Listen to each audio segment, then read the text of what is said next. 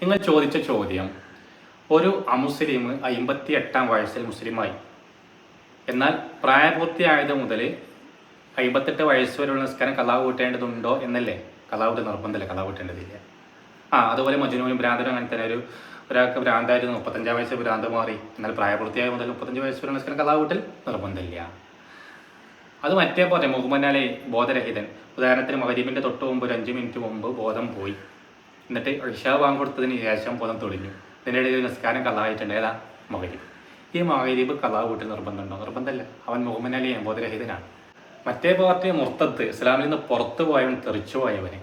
ഉദാഹരണത്തിന് 30 വയസ്സ് വരെ മുസ്ലിമായിരുന്നു, പിന്നെ എന്തോ കാരണത്താൽ, നിരീശ്വരവാദി മറ്റു കാരണത്താൽ ഇസ്ലാമിൽ നിന്ന് പുറത്തു പോയി. അങ്ങനെ ഒരു 10 കൊല്ലം, ഉദാഹരണത്തിന് 10 കൊല്ലമൊക്കെ ഇസ്ലാമിൽ നിന്ന് പുറത്തു പോയി അങ്ങനെ ജീവിച്ചിട്ട് 40-ാം വയസ്സായപ്പോൾ വീണ്ടും ഇസ്ലാം സ്വീകരിച്ചു വന്നു. അതിനിടയിൽ 10 വർഷം കാലയളവുണ്ട്.